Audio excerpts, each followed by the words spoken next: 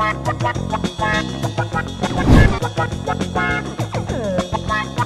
რა თქმა უნდა მივყავართ შედეგზე და წარმატების ინდექსი ინვიტრო განაყოფიერებაში უფრო გაიზარდა, ხო, ვიდრე ადრე იყო.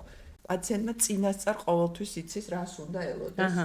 მქონია შემთხვევები, როდესაც თქვათ დაძალებით, მეუღლის დაჟინებული მოთხოვნით დაგვიგეგმავს ეს ორსულობა და მე მყავს ესეთი პაციენტი და ძალიან მძიმედ მახსენდება. თქვენს პრაქტიკაში ყველაზე მაღალი ასაკი რა გქონიათ, ესე ვთქვათ, როცა წარმატებას? მე პირადად მქონია 63 წელი.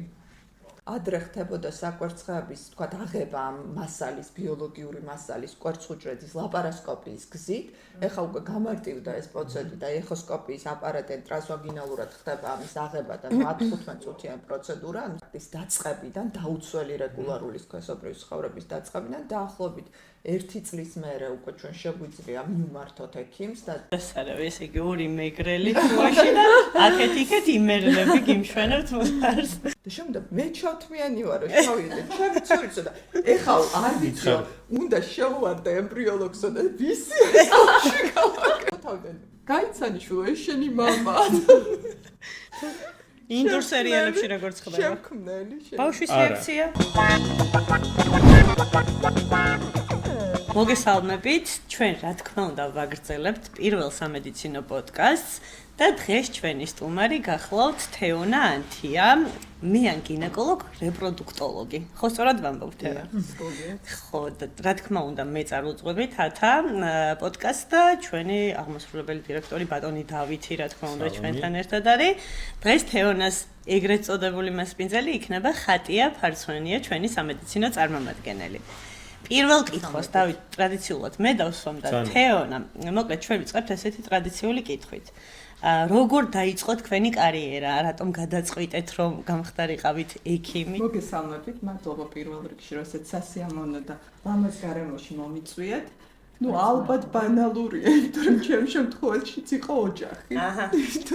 მამა, ბებია, ბაბუა ორივე მხრიდან იყვნენ ექიმები, სხვადასხვა პროფილის და ამან გამოიწვია რა თქმა უნდა ოჯახიდან რომ აუცილებლად მე დამყავს და ისიც ექიმია, რომ ყველა უნდა სამედიცინო მიმართულებით წავსულიყავით. მაგრამ ამის გარდა ალბათ უფრო მამამ მიიღო მონაწილეობა ამაში, იმიტომ რომ როგორც პიროვნება და ანუ ხასიათი მაქვს რაღაც ძალიან ზრუნველი ვიყავი ბავშვებიდან და რაღაცა სულ რაღაცა მინდოდა ადამიანებზე ზრუნვა, რაღაცა მოფერება, გაკეთება სიკეთე, როცა უჭირდა დავხმარებოდი და ალბათ მამა მიხვდა თავის დროზე, რომ აუცილებლად ჩემგან უნდა გამოსულიყო ექიმი. და მან ასე ვთქვათ, ხელი შემიწყვა ამ პროფესიის შეძენაში და დღესობრივ ნამდვილად არ ვნანო. პირიქით ძალიან ბედნიერი ვარ, რომ ესეთ ჰუმანურ სპეციალობას დავეუფლე. გადასარევი. და აი კითხვა ესეთი, აი ეს მიმართულება რატო აირჩიეთ რეპროდუქტოლოგია? თავიდან იყო მეანგინეკოლოგიის, მე ზოგადად ვარ მეანგინეკოლოგი, პირველი ჩემი პროფილი არის მეანგინეკოლოგი და შემდეგ უკვე ავიღე ლიცენზია რეპროდუქტოლოგიაში. მეანგინეკოლოგია ისევ მამასგან, იმიტომ რომ მამა მყავდა მეანგინეკოლოგია, ნამდვილად ძალიან მაინტერესებდა ეს დარგი და მშობიარობა და ახალი სიცოცხლის დაბადება და ეს მონაწილეობა ამაში. თუმცა ყველაზე სასაცილო რომ მიყვარს ძალიან ძილი. ეს ჩემი მინუსია, უნდა მეძინოს მინიმუმ 8 საათი. მე მგონი არის მინუსი. აქედან გამომდინარე მივხვდი რომ მეანობაში ჩემი ადგილი ვერ იქნებოდა. ეს მივხვდი დაახლოებით 5 წლის მერე. გადავერთე რეპროდუქტოლოგიაში, რადგან თვითონ რეპროდუქტოლოგია ესეც და თვითონ ინვიტრო განაყოფიერება კონკრეტულად ახალი სიცოცხლის შექმნასთან არის დაკავშირებული. და რაღაცა ამ და შეგიძლიათ ძილის უფლება მისცეთ თავს. ანუ რეპროდუქტოლოგებს ძინავთ და თო როგორც ჩანს. შეუძლია 8 საათი. მე 5 წლის თავზე ჩემი ასე ვთქვათ მუშაობის მივხვდი რომ აქ ჩემგან კარგი მიანი არ დადგებოდა. ამიტომ ჯობია დავეუფლო იმ პროფესიას, სადაც ვიქნებოდი ნამდვილად პროფესიონალი. დღეს რა გამოწვევებია ძირითადად აი თქვენს მიმართულებაში რეპროდუქტოლოგიაში? ალბათ უამრავ წყვილთან გიწევთ შეხვედრა, მათთან საუბარი და პლუს გარდა ტექნოლოგიური გამოწვევებისა, რა სიტყოდით დავუშვათ, რა არის მთავარი მისია თქვენი, როგორც არა მარტო ალბათ ექიმის, უფრო ალბათ აი ძალიან ისეთი ფსიქოლოგიური საუბრებიც გიწევთ ამ ადამიანებთან და ზოგადად რეპროდუქტოლოგია, რა თქმა უნდა და კერძოდ მე უფრო დეტალურად ვისაუბრებ არა მარტო რეპროდუქტოლოგიის მიმართულებებზე, ერთ-ერთი არის ვთქვათ ინვიტრო და ხელოვნური განაყოფიერება, ვინაიდან ნუ რეპროდუქტოლოგია იქ უნაყოფობასთანაც არის კავშირში, უშვილობა, რომელიც შეიძლება იყოს გადაჭრილი იქნეს ეს პრობლემა როგორც მკურნალობით, ასევე შესაძლებელია პაციენტ დაჭირდეს ინვიტრო, ანუ ხელოვნური განაყოფიერება, ხო? ანუ ჩვენ გვიწევს უშვილო პაციენტებთან ურთიერთობა. ეს დავიწყოთ, რომ ფსიქოლოგიურად ძალიან დიდი სტრესია, ვინაიდან მოგეხსენებათ განსაკუთრებით ქართველი ქალისთვის დედობა, ეს არის ყველაზე მნიშვნელოვანი მისია. რომ ის თუ ვერ ასრულებს ამ დედობის ფუნქციას, როგორც ადამიანი და როგორც პიროვნება, მისი გადმოსახედიდან ის არ არის. ასე ვთქვათ, სრულფასოვანი და უკვე არანაირ კარიერულ წინსვლას მისთვის არ აქვს მნიშვნელობა. ხო, თავარი იყოს დედა. ამიტომ ეს არის ძალიან მძიმე ქართველი ქალისთვის განსაკუთრებით. ამიტომ ჩვენ ვართ არა მარტო ექიმები, ამ მთელი პროცესი ამ მკურნალობის პერიოდში გვერდში უდგავართ ამ პაციენტებს როგორც ფსიქოლოგები, იმიტომ რომ ხშირ ძალიან რთულია ქართულ პაციენტთან ურთიერთობა იმ კუთხით, რომ როდესაც ის ეჩვევა ექიმს, რა მეც გიმკურნალებ და პარალელურად თქვენ მიმართეთ ფსიქოლოგს, უჭირთ სხვა პიროვნებასთან ესე მინდობა, იმიტომ რომ საქართველოში მოგეხსენებათ ამ ფსიქოლოგის ფუნქციას ასრულებენ მეგობრები, ახლობლები და ეს ასე ვთქვათ, ეს დარგი ესე განვითარებული არ არის, ხო? და ძალიან ცუდი და უფრო მეტად უნდა იყოს განვითარებული. ეს ერთი. მეორე გამოწვევა ყველაზე მნიშვნელოვანი რაც უდგას ამ დარგს არის რომ თვითონ როდესაც პაციენტებს აქვს სხვადასხვა სახის პრობლემები და მისი მოგვარება ვერ ხდება მკურნალობის გზით და მხოლოდ რეპროდუქტოლოგის ჩართულობით გჭირდება ინვიტრო განაყოფიერების სპეციალისტი და უნდა დაიგეგმოს ხელოვნური განაყოფიერება. აი თვითონ ხელოვნურ განაყოფიერებასთან დაკავშირებით მათი დამოკიდებულება დღეს 21 საუკუნეშიც კი რთულად აქვთ მათ აღქმა ინვიტრო განაყოფიერების, იმიტომ რომ რაღაცა ხელოვნურთან არის დაკავშირებული, ეს არ იქნება მათი ბიოლოგიური მასალა, ანუ მისი გენეტიური შვილი, ამის გარდა ხო, რამდენად ბავშვი იქნება ჯანმრთელი, რადგან ვთქვათ სინჯარაში და ასე ვთქვათ ემბრიოლოგიის განყოფილებაში ხდება ამ ემბრიონის შექმნა.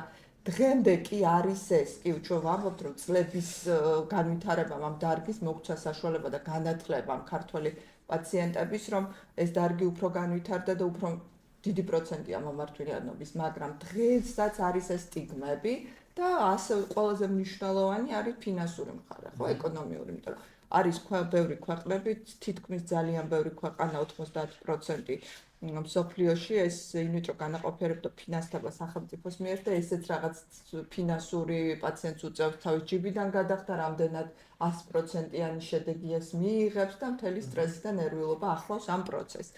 ამის გარდა მკურნალობის პერიოდში ინექციები, ოპერაცია და ჭირდება თანადგომა არა მარტო როგორც ექიმი, არამედ ვართ ასე ვთქვათ ჩვენი პაციენტებისთვის მეგობრები, ოჯახის წევრები, დედები და არ ვიცი, ფსიქოლოგიურად ძალიან რთულია თანადგომა ამ პაციენტებს. აი მან ძალიან მაინტერესებს წყვილებს შორის ურთიერთობა აი ამ პროცესში რა. იმიტომ რომ ვფიქრობ, რომ ეს არ არის მარტივი პროცესი ზოგადად როგორც თქვენთვის რა თქმა უნდა, მაგრამ თვითონ წყვილისთვისაც ასე ვთქვათ რა.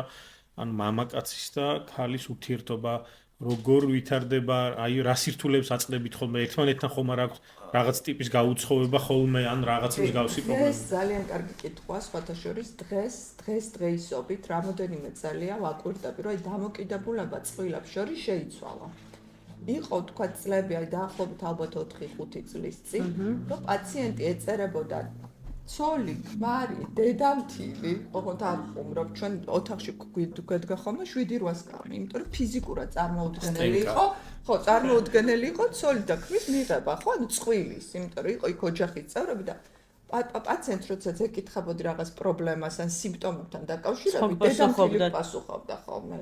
ან ქმარს რო ეკითხებოდ, ანუ ეს იყო ოჯახური, ასე ვთქვათ, მიდგომა ექიმთან მოყვანა თავის მთელი მკურნალობის სქემით და დაგეგმით, ხო? ამიტომ აქ როდესაც იყო მიზეზი უშვილობის, მამაკაცის იყო თუ ქარის და თუ იყო დამნაშავე, ვთქვათ, ქალი აქცენტი, რომ აი შენს გამოა რომ ჩემ შულს არ ყავს. დედამთილი განსაკუთრებით აქტიურობდა. და ნუ ამას ფსიქოლოგიური მომენტი ერთვებოდა ქალისთან მიმართებაში. ამის გარდა ნუ იქ მეგობრები, მეზობლები გათხოვილი არ არის ქალი, რო ეკითხება ერთ წელიწადში, არ ხარ ორსულად. ეს კიდე ემატებოდა ამას და აი ეს ძალიან სერიოზულ პრობლემებს გვიქმნიდა ჩვენ. თუმცა დღეს ხმამაღლა ვამბობ, რომ ეს მიდგომა უფრო შემცირდა, თუ ახლა არ ვისაუბრებთ რაიონებიდან ჩამოსულ პაციენტზე, იმიტომ რომ მაინც თბილისში მცხოვრები წყვილი, როდესაც მოდის, ისინი თანაბრად ინაწილებენ, ასე ვთქვათ, ამ ფუნქციებს, რომ ყველა ორივე ვალდებულდა პასუხისმგებლობა, რომ ორივე ვალდებულია ეს მკურნალობა გაიაროს ერთად და ერთმანეთს გამოუცხადონ თანადგომა, რასაც რა თქმა უნდა მივყავართ შედეგზე და წარმატების ინდექსი ინვიტრო განაყოფიერებაში უფრო გაიზარდა, ხო, ვიდრე ადრე იყო. ეს არა მარტო მკურნალობის ტაქტიკების დახვეწამ და ვთქვათ აპარატურის და პროფესიონალური კადრების გაზდამ, არამედ აი ეს ფსიქოლოგიური მომენტი და თანადგომაც ძალიან მნიშვნელოვანია ამ პროცესის დროს. მე იცი გამიგია ხშირად თეონა, რომ წყვილი არ არის ბავშვისთვის მზად. უბრალოდ იმ ხელას ეწოლა წნეხია გარშემოყოფებისგან, თუნდაც მშობლებისგან, თუნდაც მეზობლებისგან, ნებისმიერი ადამიანისგან, რომ თუნდაც აი არაპირებთ ბავშვს, ნუ ჯერ პირველს, მერე მეორეს, მერე მესამეს, მაგრამ არ არის წყვილი მზად ამისთვის და ხშირად ყოფილა ესეთი შემთხვევები, გამიგია თქვენ თუ გქონიათ თქვენგან მოყოლილი ისტორია, მაინტერესებს რა თქმა უნდა. აი თუ მოსულა თქვენთან წყვილი, ყველას გარეშე რა თქმა უნდა მარტო, ან მხოლოდ დედა თუ მოსულა თუ თქვენს რომ იცი რა ჯერ არ მინდა ბავშვი. კი, ძალიან ხშირად ხდება ეს ძალიან საინტერესო კითხვა, ხშირად ხდება რომ მოდის და არ არის ის მზად დედობისთვის.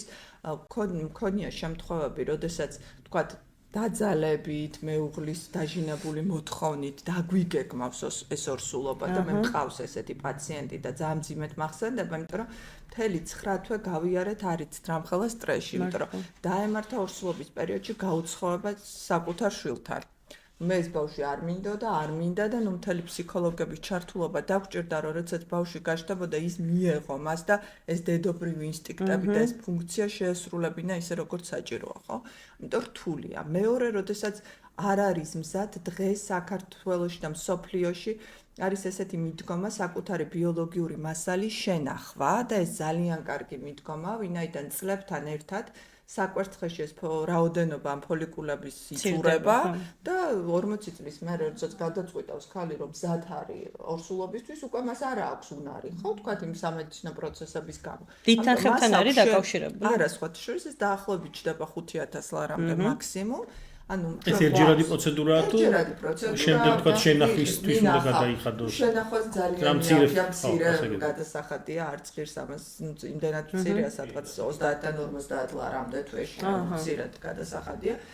ინახავს ის ბიოლოგიურ მასალას კვერცხუჯრედ და უკვე წლების მერე როდესაც გადაწყვეტავს რომ გახდეს დედა, იყენებს მის ასე ვთქვათ ახალგაზრდა ასაკში შენახულ ბიოლოგიურ მასალას. ამ შემთხვევაში შანსი ორსულობის დიდია, ვინაიდან ახალგაზრდა ასაკში არა მარტო შედეგია დადებითი, არამედ იმ გენეტიური პათოლოგიების ალბათობაც იკლებს წლებთან მიმართებაში. და ესეც გვაძლევს საშუალებას, რომ ჯანმრთელი ახალშობილის დაბადება შეუწყოთ ხელი. გვაძლევს მაგას. თეონა, რა არის ყველაზე გავრცელებული მიზეზი უნაყოფობის? ანუ რა პრობლემებს ვაწყდებით ყველაზე ხშირად, რითი მოგმართავენ პაციენტები, ძალიან საინტერესო იქნება. კი, მე ხშირად ვახსენებ წლების წინ ეს მიდგომს, რომ მართლა იცვლება ყველაფერი, მიდგომებიც იცვლება, მკურნალობის ტაქტიკა იგივე ეხება დიაგნოსტირებას უშვილობის, იმიტომ რომ წლების წინ იცვლებოდა, რომ ქალი პრიორიტეტი იყო, ანუ ქალით გამოწვეული უშვილობა უფრო მაღალ პროცენტში იყო ვიდრე მამაკაცის. დღევანდელი მონაცემებით, მსოფლიო ჯანდაცვის ორგანიზაციის მონაცემებით სტატისტიკურად უკვე თანაფარია. დაახლოებით 40%-ია ქალის ფაქტორით გამოწვეული უნაყოფობა და 40% მამაკაცის. იქ სადღაც 15-20% დგება დაუდგენელი გენეზის უშვილობა, როდესაც ვერ ხვდებით სად არის მიზეზი და ესეთი უნაყოფობაც არსებობს. ამიტომ ეხლა შეგვიძლია ვთქვათ, რომ ეს არის თანაბარი პროცენტული გადანაწილება, თუმცა რა არის ამის მიზეზი დღემდე უცნობია. ვითომ საუბრობთ კვებითი ქცევა, ქიმიური დანამატები, გარეჯამრთელი ცხოვრების წესი და ასე შემდეგ. თქვათ იქ ფასტფუდები, რომელსაც გაზარდა ეს პროცენტი მამაკაცებშიც და ასე შემდეგ. თუმცა ზუსტი პასუხი ამასთან მიმართებაში დღესდღეობით უცნობია. თეონა, ყველაზე ალბათ ინტენსიური კითხვა იქნება მაინც პაციენტის როცა მოდის და ალბათ მსმენელსაც ძალიან აინტერესებს. აი დაახლოებით პროცენტულობა, ნუ გასაგებია რა თქმა უნდა, რომ ინდივიდუალურია ყველაფერი, მაგრამ აი 10-დან რამდენ შემთხვევაში ამართლებს ინვიტრო პირველივე ცდაზე რა თქმა უნდა.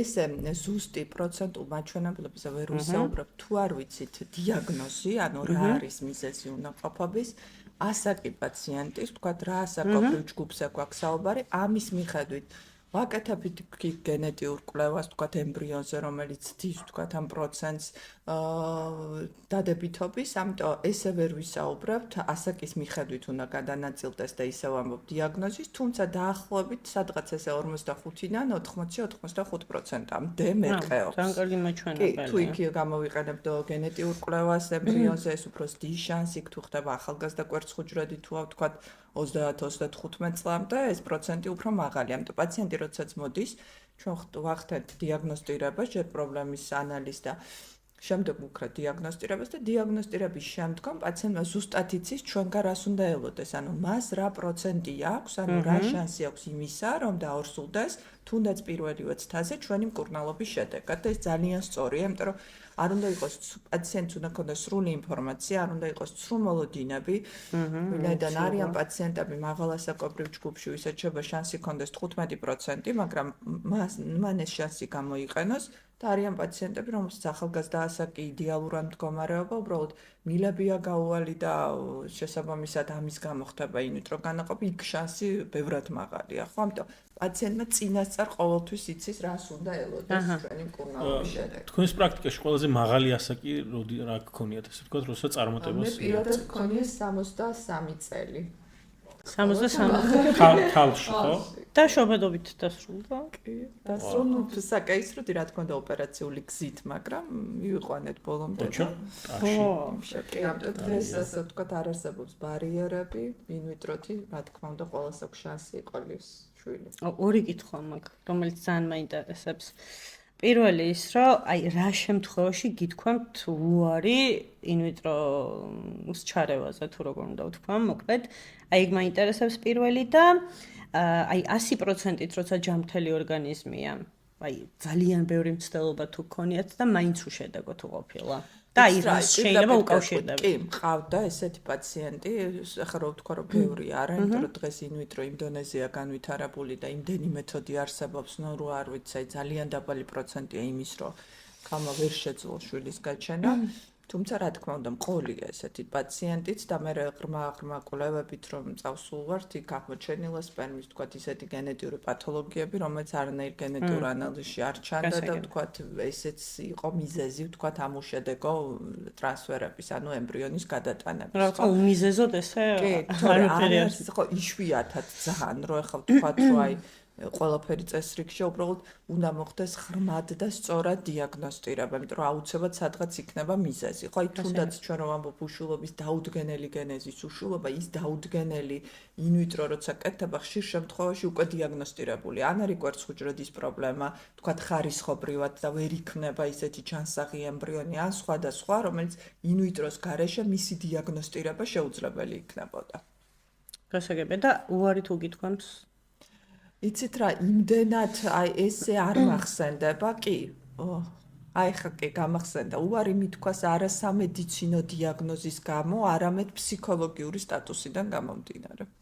იმიტომ რომ არიან პაციენტები, ხა რაც უნდა თქვენ ახლა შეიძლება ეს ძალიან ვერ მიხვდით, რაზე ვსაუბრობ, ანუ როდესაც პაციენტი შემოდის, ახლა ჩემ კოლეგებს, ასე ვთქვათ, ასისტენტებს, რომლებიც ეუფლებიან ამ პროფესიას, სულ აი რანაირად ხვდები, კარებს, როდესაც შემოაღებს და შემოვა პაციენტი კონსულტაციას, უკვე დაახლოებით ხვდებით, გამოუვა თუ არა და სულ გვერდ, რომ აი როგორ მისი დამოკიდებულება ექიმის მიმართ და ზოგადად აი როდესაც შემოდის აქვს თუ არა იმედი. როგორი განწყობა ემოციით შემოდის. აი ისე მოვედი კონსულტაციაზე, ზუსტად ვიცი რომ არ გამოვა, იმიტომ რომ 2 წთა მქონდა უშედეგო სხვა კლინიკაში, მაგრამ მაინც მინდა ვცადო. აი სუვიძახი ფსიქოლოგიურ განწყობას პაციენტის აქვს ძალიან დიდი. და რაიმე მეცნიერული ახსნა თუ აქვს. იცით რა, ესე ფსიქოლოგია ზოგადად ეს არის ნერვული სისტემა, ეს არის ტვინი, რომელიც არეგულირებს ჰიპოფიზი, ჰიპოთალამუსი და იქ მთელი ნერვული დაბოლოება, რომელიც მთელ ორგანიზმს არეგულირებს. ახლა ჩვენ რო ვთქვათ, რომ პირდაპირ რაიმე კავშირი, რომელიმეს ახლა ვადგენთ, რომ აი კონკრეტულად ენდომეტრიუმის რეცეფციაზე ან მიმაგრებაზე აქვს ესე გავლენა, არა, თუმცა სტრესული გამება ფსიქოლოგიური განწყობა ეს სრულიად მოქმედებს ყველა ორგანიზმზე. განწყობის ფსიქოლოგია. განწყობას რა თქმა უნდა. კონკრეტულად ჩვენ რო ვისაუბროთ, აი კონკრეტულად ეს ფსიქოლოგიური ნერვიულობა იმოქმედებს ამ კვერცხუჯრედის განაყოფიერებაზე, ესე ჩვენ ვერ ვიტყვით, მაგრამ ეს დამტკიცებულია ფსიქოლოგების მიერ, ამიტომ უკვე სავალდებულოა, როდესაც პაციენტი უნაყოფოა და გადის ამ პროცესს კურნალობის, თუნდაც არ ვაკეთებთ ხელოვნურ და რეპროდუქტოლოგიურ კურნალობას, ხო, იქ სხვადასხვა ჰორმონალური დარღვევა, მამაკაცის პრობლემა, უკვე ფსიქოლოგის ჩართულობა არის აუცილებელი. უკვე პროტოკოლებშიც კი არის, რომ აუცილებელია უნაყოფო პაციენტთან იმუშაოს ფსიქოლოგი. როდის აი იცი რა მაინტერესებს, აი რომ პაციენტი მოვიდა და აი რამდენ ხანში იღებთ გადაწყვეტილებას, რომ მას უკვე სჭირდება ინვიტრო განაყოფიერება, აი რა პერიოდი უნდა გაიაროს ჩვეულებრივ კურნალობა, ასე ვთქვათ და რა პერიოდის მერე იწყება. დიაგნოსტირება ფაქტურად ძალიან მოკლე ვადაშია შესაძლებელი, ნუ ეს არის უკვე ქალის ციკლთან დაკავშირებით ამის დიაგნოსტირება, ნუ მაქსიმუმი არის ხოლმე 2 კვირიდან 1 თვემდე, ეს არის მაქსიმუმი, თუმცა შეიძლება დიაგნოსტირება 1 დღეშიც, სპერმის ანალიზით მივხვდეთ, რომ იქ ისეთი პათოლოგიასთან გვაქვს საქმე, რომ შეუძლებელია ბუნებრივი გზით, ან მოვიდეს პაციენტი, რომელსაც მილები არ აქვს და უკვე იცი, რომ 1 საათშივე რომ მას ჭირდება ინვიტრო, თუმცა თუ არანაირად არ არის გამოკვლეული და არ არის დიაგნოზი დასმული, ჭირდება რაღაც პერიოდი კვლევები ჩავაბაროთ, მოვიდეს პასუხები, რომ დავადგინოთ, რასთან გვაქვს საქმე და ამ დიაგნოზის მქონე პაციენტს როგორ უნდა უკურნალოთ, ხო, რა გზით. თუ სწორად მივხვდი, 10-დან 8 შემთხვევაში თქვენ მიზეზს ადგენთ. რა არის პრობლემა? თუ სწორად მივხვდი. ეს პროცენტულად ის 15-20%-ია, რაც არ არის დაუდგენელი. ხო, ეხა უკვე ეს პროცენტი დაახლოებით 20-25-მდეა დაუდგენელი სულ. ან ძირითად ნაწილში მაინც დგინდება რა არის გამოწვევი მიზეზი უშვილობის. და აი რამდენი პაციენტი მოგმართავთ, ანუ ხშირია თუ არა ინვიტრო ამ სტატისტიკის მიხედვით ამ პერიოდის განმავლობაში? იცით რა, უკვე ამ პერიოდში გაიზარდა ინვიტრო განაყოფიერების პროცენტულმა მაჩვენებელმა, არამარტო იმიტომ, რომ თუ უნაყოფობის პროცენტი გაიზარდა, ამის გარდა თვითონ იმდენად ცნობადობა გაიზარდა ამ დარგის მიმართ და თვითონ ამ პროცედურის მიმართ, რომ ეს შიში და სტრესი უკვე ნაკლებად არის გამოხატული, იმიტომ რომ ადრე ხდებოდა საკვერცხეების, თქვათ, აღება ამ მასალის, ბიოლოგიური მასალის, კვერცხუჯრედის ლაპარასკოპიის გზით. ეხლა უკვე გამარტივდა ეს პროცედურა და ეხოსკოპიის აპარატი ტრანსვაგინალურად ხდება ამის აღება და 10-15 წუთიანი პროცედურა, ანუ ძალიან მარტივია. პაციენტი არ საჭიროებს დაყოვნებას კლინიკაში, სტაციონარში, 2 საათში უშვებთ სახლში, იმდენად პროცესი გამარტივდა, რომ აი ჩვენ ყოლია წყვილები მოდიან, რომ იცი რა, 3-4 წელია ვართ კონციდაბაში. ფაქტიურად ესეთი მიზეზი არ არსებობს დაუდგენელი გენეზია, მაგრამ არ გვინდა ლოდინი, ახალგაზრდა წყვილო და იცი რა იმდენად მარტივია ეს პროცესი, მოდი ხوار გავიაროთ ეს გზა და აი ამ მარტივი გზით მოხდეს ამ ორსულობის მიღწევა, ხო? იმიტომ რომ აქ არის ძალიან ბევრი პროცესი იმის გარდა, რომ ფსიქოლოგიურად ისეთ გარემოში უწევთ ქართულ პაციენტებს ცხოვრება, რომ ის 1 წლის მერე უკვე სტრესშია, იმიტომ რომ ყველა ეკითხება დგება თუ არა ორსულობა, რატო არ დგება, რა არის მიზეზი და სრულად აი ამ სტრესის ქვეშ არიან, ამიტომ დროულად უნდათ, რომ ჩაიტარონ ინვიტრო განაყოფიერება, რომ ეს ორსულობა რაც შეიძლება მოკლე ვადაში დადგეს. ისე რა არის რეკომენდირებული, ასე ვთქვათ, ვადა წყვილის თანაცხოვრების შემდეგ, თქვათ, არ დგება, ვთქვათ, რეგულარული სქესობრივი კონტაქტის დაწყებიდან, დაუცველი რეგულარული სქესობრივი ცხოვრების დაწყებიდან დაახლოებით 1 წლის მერე უკვე ჩვენ შეგვიძლია მივმართოთ ექიმს და დიაგნოსტირება მოხდეს და მკურნალობა. ეს არის ახალგაზრდა და არა ერთ კვირაში. არა, ეს არის ახალგაზრდა 35 წლამდე 35 წლის ზემოთ, რადგანაც ეს საკვერცხის მარაგი, რომელიც ჩვენთვის ძალიან მნიშვნელოვანია და ესე ვთქვათ, ხელშეუხებელი, ძალიან სწრაფად მიწის მისი განლევა და უკვე შეიძლება 1 წელსაც აღარ დავალოდოთ, გათხოვებიდან უბრალოდ ის კი არა დავგეგმოთ პროცედურა, ვთქვათ, ინვიტროსი, უბრალოდ დიაგნოსტირებაზე მიმართოთ მოვიდეს პაციენტი, რომ მიმართოთ სპეციალისტ დროულად. თეონა პარტნიორის გარეშე თუ მოდიან ხოლმე, რა თქმა უნდა, როცა პარტნიორები არ ყავთ. კი, იმიტომ რომ დღეს რაღაცა ძალიან კი ბევრი არა საქართველოში, მაგრამ არიან ესეთი პაციენტები, რომელსაც არ ყავთ პარტნიორი, არის მაღალი ასაკობრივი ჯგუფი. შესაბამისად, შიში აქვთ, რომ არ დაკის ბიოლოგიური საათი, რაც ქალს აქვს ძალიან მალე არ გავიდეს და დროულად დადგეს ორსულობა, ანუ გახდნენ დედები. რა მაინტერესებს თეონა, ეხლა ცოტა ესეთ კითხვას დავსვა, რა თქმა უნდა, სამედიცინოსთან არის დაკავშირებული. რა როლი უჭირავს სამედიცინო, ანუ კონკრეტულად გინეკოლოგიაში ახალი ინოვაციური, თუნდაც აპარატურის, ტექნოლოგიის, აი თუნდაც ეხოსკოპიების, კოლპოსკოპიების როლი, აი მაინტერესებს ეხოსკოპიებზე და კოლპოსკოპზე და ასე შემდეგ თქვენს და ამ აპარატურას შორის. ეცრა მინდა ხატიას რა თქმა უნდა რეპროდუქტოლოგია და ინვიტრო განაყოფიერება თანამედროვე ინოვაციების და ტექნოლოგიების გარეშე ფიზიკურად შეუძლებელია.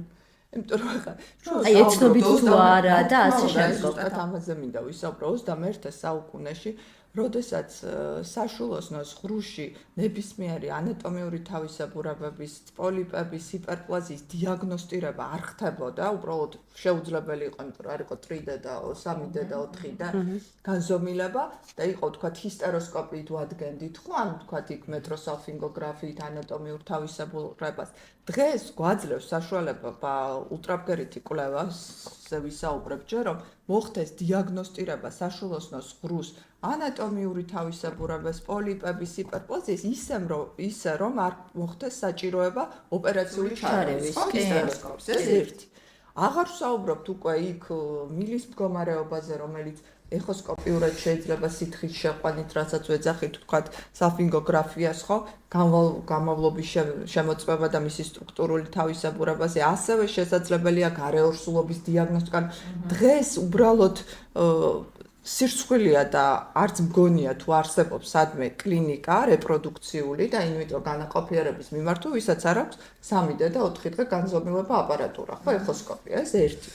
აქვე დავამატებ ნუ იქ ემბრიოლოგიურ განყოფილებას, კოლპოსკოპიებს და ასე შემდეგ. იმ ტექნოლოგიებს, რომლის გარეშე ფიზიკურად შედეგს ვერ მივიღებთ, იმიტომ რომ თვითონ ინვიტრო არის თანამედროვე ტექნოლოგიები, შესაბამისად ეს თანამედროვე ტექნოლოგიები ზუსტად ამ აპარატურასთან ერთად უნდა იყოს ღმულში, სხვანაირად წარმოუდგენელია. თუ შეგვიძლია ვთქვათ, რომ საქართველოში დღეს ყველა თანამედროვე ტექნოლოგია არის, რომელიც მსოფლიოში არის გავრცელებული. რა თქმა უნდა, დღეს საქართველოს აქვს ის ფუფუნება, რომ შემოდის ყველა აპარატურა, რომელიც მსოფლიოში არის, ნუ ჩვენ დარგს შევეხებთ. მე გულისხმობ არა მარტო აპარატურას, თვითონ აი ტექნოლოგიური ნაწილი, ცოდნა, მასალები, თვითონ ცოდნა, კომპეტენცია არის ჩვენი მიდგომა საქართველოში ძალიან სწორია და მომწონს ეს მიმართულება.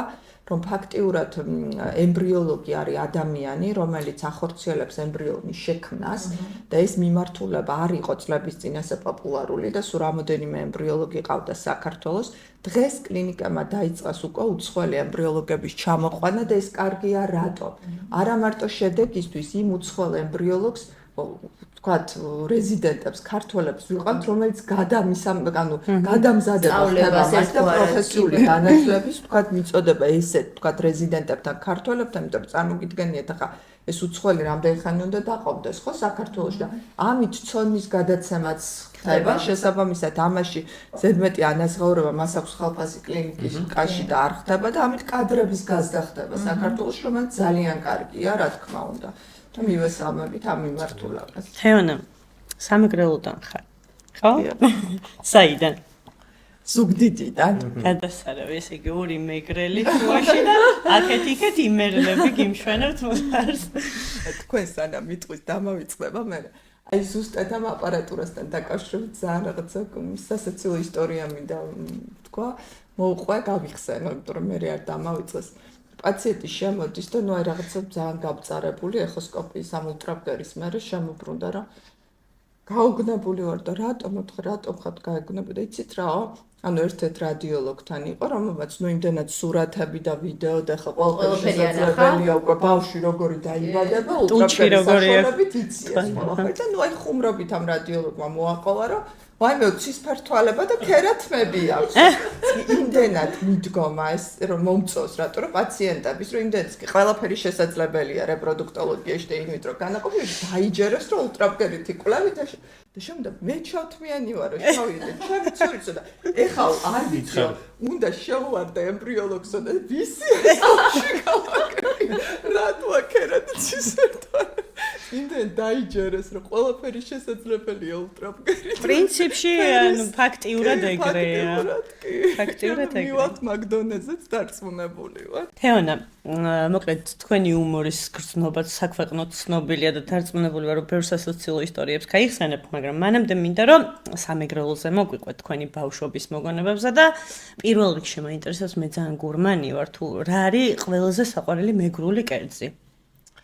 ესე იგი ბავშვობას რაც შეეხება, გაზრდილი ვარ და დაბადებული თბილისში, ამიტომ თქო ხა ჩემ ფესვებზე ვერ ვისაუბრებ, მაგრამ რაც შეეხება კერძებს, თავარი რაც კავშირი მაყოლზე ახლო, ასე ვთქვათ, შინაგანით მეგრელებთან მიყვართ წარე კულინარიას თუ ეხება და ელარჯს, რა თქმა უნდა მოგეხსენებათ რომ ძალიან ღომიც და ხა რო გითხრათ რომ ვაკეთებ სახში და დიდი კულინარი ვარ მოგატყუებთ. ჩემი პროფესიული ასე ვთქვათ, განვითარება და სწავლა, ჯერ სტუდენტობა, რეზიდენტურა, მე მუშაობა არ მაძლევდა საშუალებას, რომ კულინარიაში ესა ბედი გეცადათ. კი, ნამდვილად, მაგრამ როგორც როდესაც გავთხოვდი რაღაცაი, როდესაც ცდილობ, რომ დედამთილს თავი მოაწონო და აცხობ და აკეთებ ამ სადილებს, იყო ეს პერიოდი 1-2 წელი. გამომდიოდა და იძახდნენ, რომ ძალიან გემრიელი ხელი მაქვს. ამიტომ უბრალოდ დრო არ გაქვს. ფიზიკურად არ მაქვს ამის დრო. სამზარეულოდან ელარჯი და ღომი. და ძალიან გემრიელი რაღაცეებია. ერთი პოდკასტი ჩავწეროთ მეგრულ რესტორანში არ შეიძლება? რატომ მეგრულში შეგვიძლია? იმერულში, კახურში. მოდი. შეხო ძალიან კაი კულინარი ხარ როგორც ვიცი. ეხლა შენ გვიმასპინძლე. შეიძლება ჩემთან სახლში ჩავწეროთ და მე ანუ რომელი კუთხიდანაც გვეყოლება სტუმარი ესეთი ინიციატივით შემოვდივარ. იმ კუთხის რესტორანში ჩავწეროთ პოდკასტები. იმედი ამას არ ამოჭრით, ხო? არა, მე მგონია რომ ჯერ პოდკასტი. თათა მაიღო თავის თავზე რაღაცა.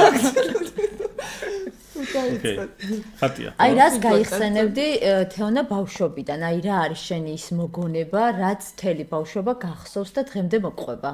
ბავშვობის მოგონებებთან ალბათ ყველასთან ასოცირდება რაღაცა ბებია, ხო? ბებიები, რომლებიც აი ამ ყველა დღესასწაულზე განსაკუთრებულად ემზადებოდნენ ეს კერძები, თქვათ ახალი წლის პერიოდია, ხა ახლოვდება და ჩურჩხელა და ეს ფელამუშ და ეს მზადების პერიოდი და რაღაცა ეს ნაძვის ხე მოწყობა და ძალიან მიყვარდა ეს პერიოდი, იმიტომ რომ ყველა მუშაობდა ოჯახში, ბებიაც კი ბოლოს იყო 75 წლის ინფექციის, რომელმაც სამსახურიდან და ისიც კი, თქვათ, ამ წლამდე მუშაობდა და რაღაცა ის ოჯახური შეკრების დრო ქონდა ძალიან მცირედ გამოყოფილი და ეს პერიოდი იყო ჩემთვის ყველაზე მნიშვნელოვანი, ყველა ერთად ვიკრიბებოდით და რაღაცა სუფრასთან მე ოჯახის წევრები ყველა თავის პრობლემებზე ვსაუბრობდით და აი ვაგვარებდით და ყველას ინტერესით უსმენდით და ჩხუბობდი მეგობართან თუ რა პრობლემები მქონდა, ყველა თავის აზრს მეუბნებოდა ხოლმე, მე ვიჯექი და აი რომელსაც უნდა მას დაუჯერო. პირველი კერძი რა იყო, რასაც თებს შეიღებდით? მაშინაც და თუნდაც ეხლა. ვაიმე, პირველი კერძი იყო მაშინაც, იმიტომ რომ ვიწყებდით ელარჯით, ბებია ცოცხალი იყო, მამის დედა ყოველთვის მოდიოდა, მე დედის ოჯახში გავიზარდა და ნუ ელარჯის გარეშე დაწყება წარმოუდგენელი იყო, იმიტომ რომ მე ჩხუბობდნენ ხოლმე ბებიები, რომ სუპი უნდა იყოს ჯერ და მე ელარჯი და ბავშვია, ჯერ ჩვენთან იყო სულ ხაჭაპური. ხაჭაპური და ლიმონაცია. ახალი ბაღის კიტრი. ერთი მყავდა იმერელი, მეორე მეგრელი და ხაჭაპურზე გამახსენდა და არა და ეს რაღაცა ის იყო, რა ქვია, წესი კულინარიული დუელი, ხო? ნამდვილად გაფუფუნებული ბავშვი ყოფილხარ, ვერაფერს ვერ ვიტყვი. თეონა, რა პროფესიაზე მაინტერესებს? აი, რომ არ აგერჩიათ ექიმის პროფესია, რა საირჩიოდით სხვას? რა თუ გიფიქრია? ო, სიმართლე გითხრათ, მე ალბათ ოჯახის და მამის ჩართულობით და ჩემი ხასიათიდან გამომდინარე სამედიცინო კუთხით წავედი, თუმცა ბავშვობიდან მიზიდავდა ძალიან იურისტობა და კერძოდ ადვოკატი მინდოდა ყოფილიყავი. ვინაიდან რაღაცა შინაგანად ვარ მებრძოლი სულის და სულ რაღაცა უსამართლობას ვერ ვიტარდა. მაქვს ძალიან სერიოზული და ძალიან გამოხატული აგრესია უსამართლობაზე და აი ბავშვობიდან თუ სადმე ვინმეს უჭირდა, ბაღი იყო თუ სკოლა, პირველი მე მიურბოდი და სულ დედა იყო დაბარებული დირექტორის კაბინეტში და დამრიგებლის, იმიტომ თეონა იყო ყველას დამცველი. მაგრამ მე რომ მიხვდნენ რომ შვილო ადვოკატობა საქართველოს და ქალისთვის არის ძალიან რთული და ამიტომ ეს მედიცინის ჯობია. თუმცა ეხლა უკვე ალბათ ეგრე აღარ ფიქრობ. კი, რა თქმა უნდა, ნუ იმ დროს დედამიწის რომელ ნაწილში გონიათ, რომ არის ყველაზე ბევრი უსამართლობა? It's try ესე ვერ დავახასიათებ. ალბათ ძალიან რთული კითხვა. ალბათ ყველგან სადაც არ არის თავისუფლება, თავისუფლება არ არის ასოცირებული უწესრიგობასთან, მინდა ვთქვა, სადაც არ არის დისციპლინა, წესრიგი, ძალიან შინაგანად გამოხატული თავისუფლება, აზრის დაფიქსირება ბრძოლა, კარიერული წინსვლის ხელშეწყობა, რა ვიცი, ბევრ ამას ჩამოვთვლიდი. ალბათ იქ არის ჩვეულებრივი პასუხია. რა თვისებებს გამოყოფ? აი, მებრძოლი ხასიათიდან გამომდინარე, რადგან ადვოკატობა გინდოდა, აი რა თვისებებია შენში ის თვისებები, რომელსაც გამოყოფ შენ თვითონ? კარგიც და, შეგვიძლია ცუდი არის, რომ ძალიან ხისტი ვარ და ემოციური. ანუ თქვა რაღაც თემებზე არ შემიძლია შეკავება და პირდაპირი. აუცილებლად იმ მომენტში უნდა ვთქვა და გამოვხატო ეს, იმიტომ რომ არ მაქვს უკანა აზრები და ეს ალბათ უარყოფითია ჩემ ასაკში, თორემ მე რო ვიყო ბავშვისთვის ეს მისაღებია, ხო? და დადებითი ის არის, რომ ყველა მეცოდება, ყველასი, ალბათ ეს უფრო უარყოფითია, ყველასი მჯერა და ვარ ძალიან მინდობი. და შესაბამისად ძალიან მძიმედ აღვიქვავ ღალატს, რომელსაც ამ ასაკში ესე არ უნდა აღვიქვავდე და უფრო უნდა აღვიქვავდე როგორც დასრული ადამიანი. აი ღალატს თუ პატიობთ ხოლმე რა. აი ალბათ ესეც უარყოფითი უფრო მე ვთქვი, რომ მავიწყდება ძალიან მალე, თუმცა ის ტკივილი რჩება ცხოვრება. თუ დაინახეთ იმ ადამიანში რომ რაღაცა თავის თავში გადააფასა. ნდობა გიგრძელდება? არა, ნდობა არ მიგრძელდება ნამდვილად, პატიება შემიძლია, ანუ რო ვთქვა რომ აგრესია მაქვს, სიძულვილი ეს ნამდვილად, აი მე ჩემ თავისაც გამკვირვები არ მაქვს, მაგრამ ამის რაღაც პერიოდი ჭირდება ახლა. ვერ ვიტყვი რომ 2-3 დღეში ეს მავიწყდება და უკვე პატიობ, მაგრამ რაღაც პერიოდის მანძილზე ვივიწყებ, პატიობ, მაგრამ იგივე ნდობა აღარ მაქვს რა თქმა უნდა. ერთხელ რო ჭიქა გატყდება, მე ამის რამას ვაკავშირებ, იმის აღდგენა ძალიან რთულია. ძალიან რთულია, როცა შენ არ ხარ ესეთი შინაგანად ძალიან გტკივა და ძირითადად გტკივა უფრო ახლო ადამიანებისგან, ხო, ვინც გიყვარს. კი, ცხადია, ესეა უბრალოდ მე ვფიქრობ ხოლმე, რომ აი რაღაც ხელოვნური საგნების შედარება ადამიანურ ურთიერთობებში არის ცოტა ისეთი არარელევანტური და არარელევანტური. ჭიქა გავიგე, მაგრამ აი ადამიანი მგონია, რომ ისეთი რაღაცა, რომელსაც ყველაფერი შეუძლია, ალბათ. ყველაფერი შეუძლია, მაგრამ ნუ რაც უკავშირდება მის შინაგან და მის გადაწყვეტილებას. ფსიქოლოგიურად როგორ არის? ერთხელ ორჯერ რომ მოხდა, მერე ქვეცნობიერად სულ გაქვს, რომ აი თქვა, არ თქვა, ვენდო, არ ვენდო. ანუ პრინციპში ესე ჩენი გადაწყვეტილება. კი. და ამიტომ გიჭირს იმ ნაბიჯის გადადგმა ამ მოქმედებების შემდგომ, ვიდრე გადადგავდი თქვა აქამდე. ესეც ალბათ ინდივიდუალურია. ხო, რა თქმა უნდა, ყველა ინდივიდია და ხო, და ნუ ალბათ დადებითი ის, რომ ახლა ვფიქრობ ჩემ იმაზე, რომ ყოველთვის როცა ადამიანი რაღაც ქმედებას ჩაიდეს და ეს უარყოფითია, თქვა და არ არის, ხო, კეთილი საქციელი, ყოველთვის ვეძებ აი ეს რატო გააკეთა მის გასამართლებას, რომ აი იმიტომ, რომ აი ამიტომ, ხო? ანუ რაღაცა ვეძებ მიზეზი მოუძებნო, რატომ გადაწყვიტა ეს, ხო? იმიტომ რომ ახლა ადამიანი რაღაცა ხო ახსნას ეძებ და შესაბამისად შეგომას ეს არ უნდოდა, ან უნდოდა და რაღაცა მიზეზების გამო მოიქცა ეს. ორი რამ მაინტერესებს წეგან ახსენეთ, თავისუფლება და დისციპლინა. ორივე რაღაც არის ძალიან საინტერესო ფენომენი ჩემთვის. ძალიან გაცვეთილია შეიძლება, მაგრამ რა არის თქვენთვის თავისუფლება და პიროვნული თავისუფლება ალბათ განსაკუთრებით და მეორე დისციპლინის როლი ზოგადად ადამიანის წარმატებაში. ანუ თქვენ პირადად დარწმუნებული ვარ, რომ ისეთი პროფესია გაქვთ, რაც ყველა პროფესიას სჭირდება და ალბათ ყველა საქმეს, მაგრამ რა როლი აქვს დისციპლინას თქვენს პროფესიაში? იმიტომ რომ დღეს სხვათა შორის ერთი ილუსტრაცია ვნახე. ეს ილუსტრაცია, რომ ადამიანი აკეთებს აზიდვას და ორივე შემთხვევაში აკეთებს თანაბრად ერთნაირად აზიდვას. ერთზე წერია რომ არის motivated, ან მოტივირებული და მეორე შემთხვევაში რომ არ არის მოტივირებული. და ზუსტად ის არის დისციპლინა, რომ ორივე შემთხვევაში ერთნაირად აკეთო რაღაცა რუტინული საქმე, მოდი ესე ვთქვათ. აი თქვენთვის რა არის ეს თავისუფლების და დისციპლინის გაგება? თავისუფლება ალბათ არის პასუხისმგებლობის აღება ჩემთვის ქმედებებს. ეს არის პირველ რიგში. საკუთარ ქმედებებზე აიღო პასუხისმგებლობა, კონდეს ამის უნარი, ხო?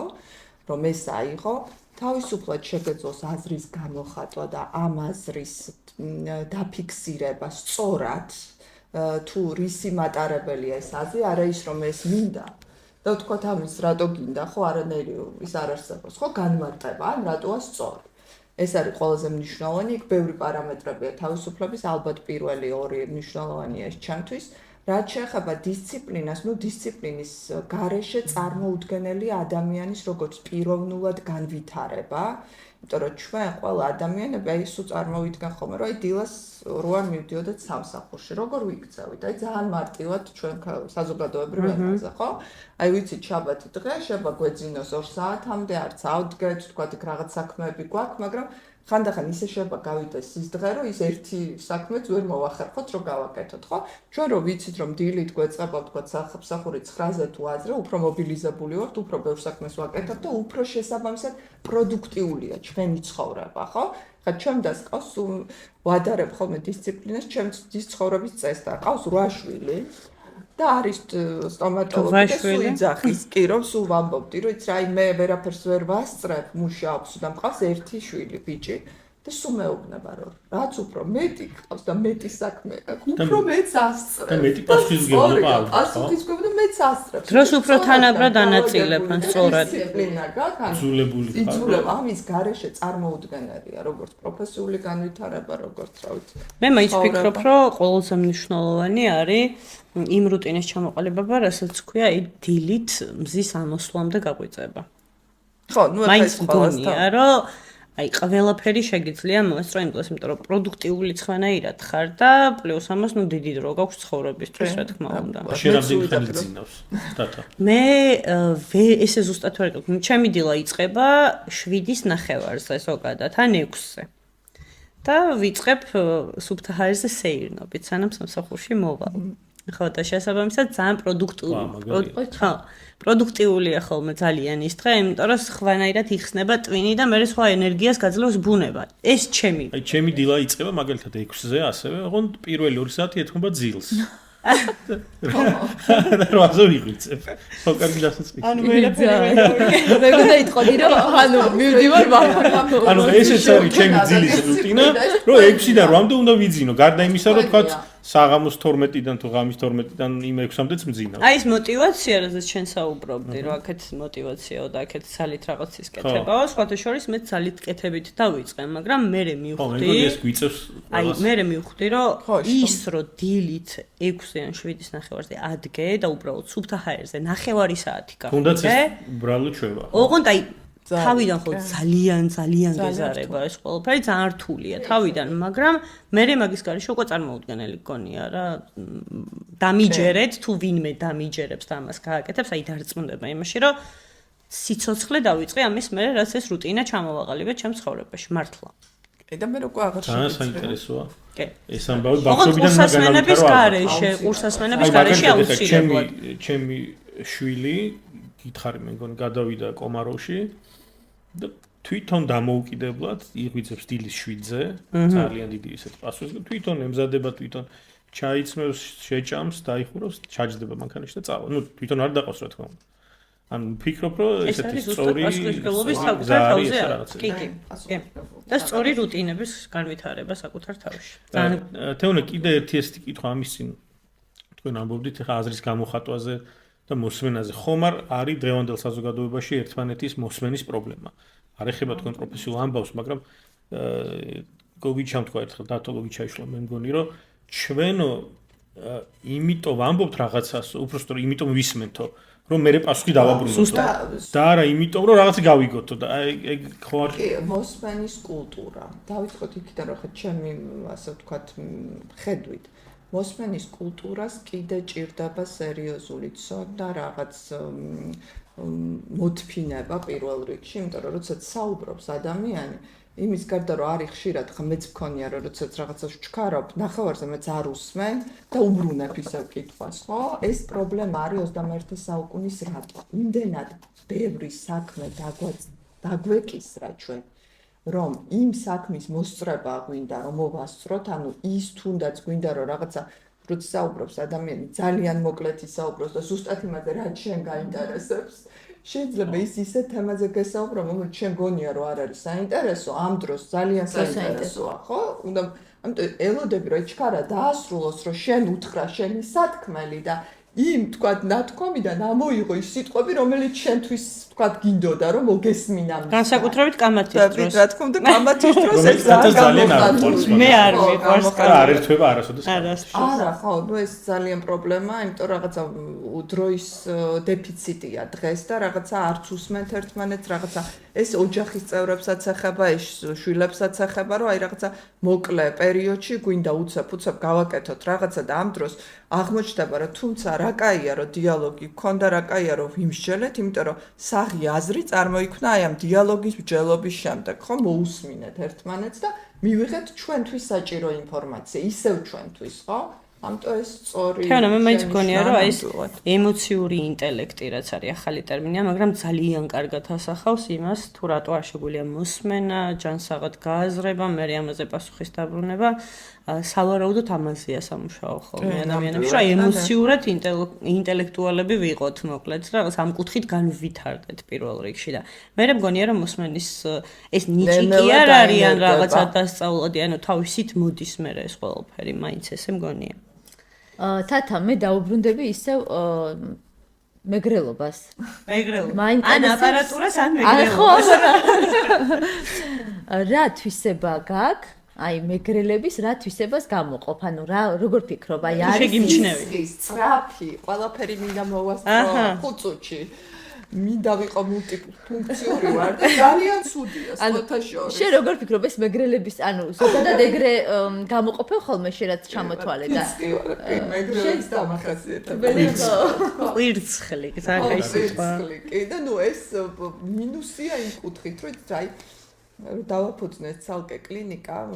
ხო, მე მაგას ამან უფრო დამანახა პრობლემები რა კუთხით, რომ იმდენად მულტიფუნქციური ვარ და მინდა რომ აი ხა ცუდად ვამბობ, მაგრამ ყველაფერი ვაკეთო სწრაფად. შესაბამისად მოთხოვნა კადრების მიმართ გაქვს იგივე. ანუ კადრს შენ თხოვ, რომ ის იურისტიციული ბუღალტერიის გაკეთოს და აღმოაჩინო რომ ფსიქოლოგიც იყოს რა თქმა უნდა. იმ კადრმა ეს ყველაფერი იცოდეს. ხო, ანუ აქ უკვე დგება შენი პრობლემა და არა იმ კადრის პრობლემა. ამიტომ კი, ხასიათებიდან გამოვყოფთ თვისებებს მეგრელობიდან. ნიჭიერები ხართ. და ნიჭიერები ეს. და მკვირცხლები როგორც ახლა ახსენე რომ კლინიკა გახსენი, ამაზეც მინდოდა მკითხვა თავიდანვე და ახლა ვიკითხავ, როგორ ახერხებ რომ იყო თან მე ან გინეკოლოგი და თან მართო კლინიკა, ანუ ორი ხო, ანუ იმ დანარჩენი ძალიან ბევრი ექიმი ლიდერი მეწარმე. მეგობარი და ბევრი საქმის გარდა აი მართო თან კლინიკა და თან იმუშაო. როგორ ახერხებ ამ ყველაფერს, როგორ აბალანსებ და ასე შემდეგ. იცით რა, ალბათ იყო დიდი სტიმული. ჯერ ცალკე გახსნა, რომ თქვათ ის მიდგომების, თქვათ მიმართულებები განმევითარებინა, რაც უმინდოდა, თქვათ და სხვა კლინიკებში შეიძლება როცა დამფუძნებელი სხვა დირექტორი არ გაქვს ექიმ საშუალება, რომ ეს შენი სურვილები ყველაფერი ასრულდეს, ამიტომ ეს იყო მიზანი პირველ რიგში, რომ ყოფილიყო თქვათ ის მიმართულებები, ის პროცენტული მაჩვენებელი გაზრდილიყო და დავხმარებოდით ამ ჩვენ უნაყოფო წყვილებს და ცალკე გავსულიყავი.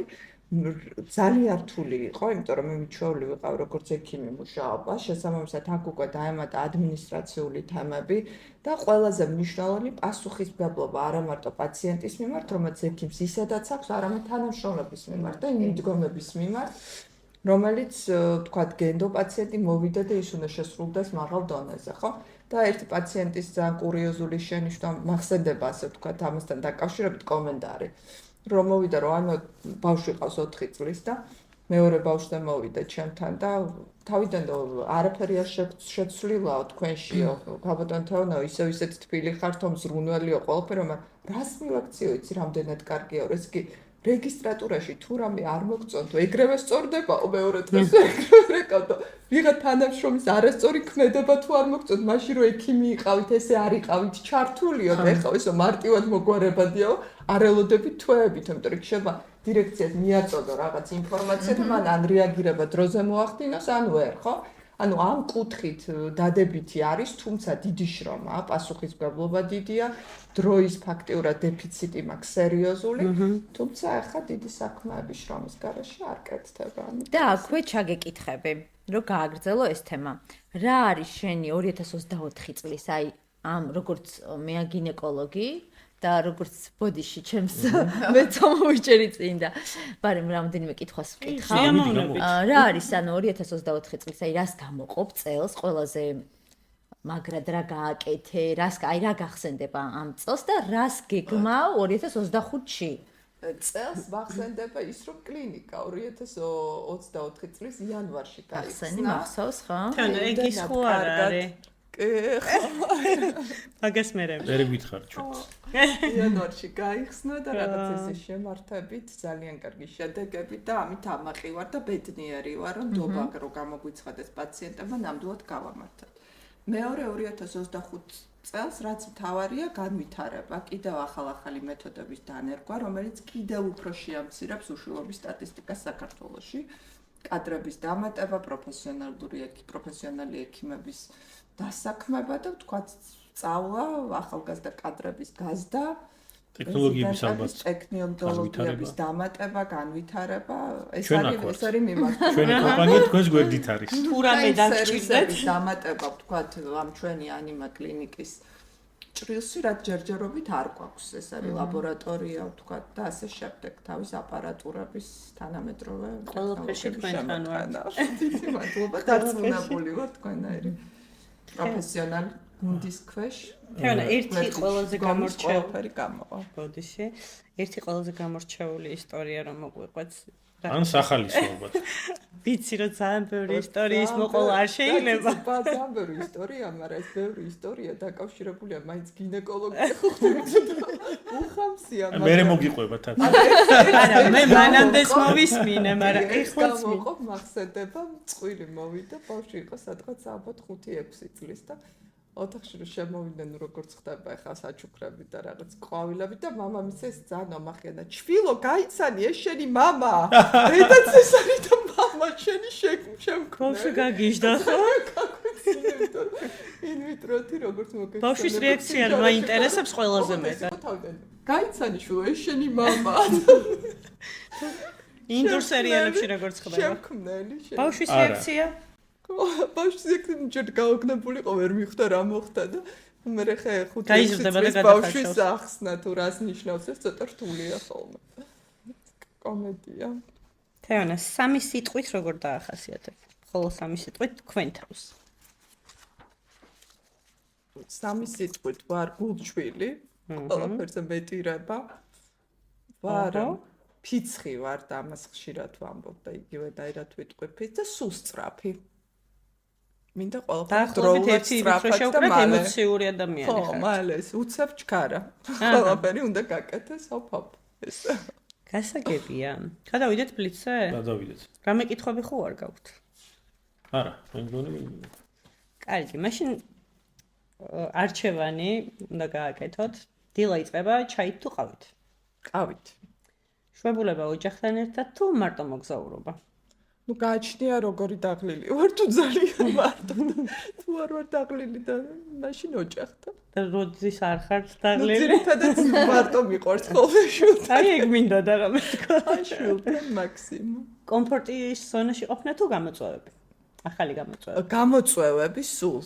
კომფორტის ზონამ ბეზდება. სპონტანურობა თუ დაგეგმილი ნაბიჯები? ყოველთვის სპონტანურობა. იშვიათად აი ძალიან იშვიათად დაგეგმილი ნაბიჯებით მოგვენდა და უფრო სპონტანური. სოფლიო კლასიკოსები თუ ქართული ფოლკლორი? სოფლიო კლასიკოსი. წიგნი თუ ცუდი ფილმი? რამე ვთქვი, მაგრამ ერთადერთი. პირდაპირ უნდა ვიყო. წიგნი თუ ფილმი? იცით რა, ორივე წიგნი წლების წინ და ეხლა რადგანაც ჩემი სამუშაოდან გამომდინარე სულ ფიქრობ, რაღაცა კინოთი და ფილმით უფრო გადამაქეს ფიქრი და ჩართული ვარ და წიგნით ვკითხულობ, აი ხა სიმართლეც ვამბობ და ბოლოს მივხვდები რომ 30% წავიკითხე და თავიდან უნდა დავბრუნდე. აი ყველაზე ბოდიშთან. აი ბოლო ფილმი რაც ნახეთ, რა დაგამახსოვრდეთ ისეთი ყველაზე თამბეჭდავდი. ნახე ორი სადღაც 10 დღის წინ Netflix-ზე მარტოობის 100 წელიწად. გადაღებულია ძალიან კარგად ყურებადი და ჩავერთე სრულად. რეკომენდაციას უწევთ? კი, ბოლომდე ვერ გავედით 16 სერია, მაგრამ რაც სადღაც 100 სერიამდე ძალიან ვისი ამოვნა. ტკბილი კერძები ან ტკბილეული თუ მლაშე საჭმელი? მლაშე მწარე. როგორც მეგრელს კი ბატონო. ჩვევია. სამწრისთავლიანი დღე თუ მზის მზიანი მოგზაურობა საზღვარგარეთ თუ საქართველოში? საზღვარგარეთ. გასაგებია. ძალიან დიდი მადლობა. მადლობა. ძალიან საინტერესო იყო. დიდი ნამდვილად, მადლობა. ნამდვილად. წარმატებები. ძალიან სასწაულო. ჩვენთან ერთად რა თქმა უნდა და აუცილებლად. მადლობა. ბოლოს კომენტარებში დაგვიწერენ, ვინ გავიმეოროთ მოკლედ. სტუმრები და აუცილებლად გავამეორებთ. ძალიან საინტერესო რესპონდენტი იყავით და უღმესი მადლობა რომ დრო დაგვიწყეთ. მადლობა.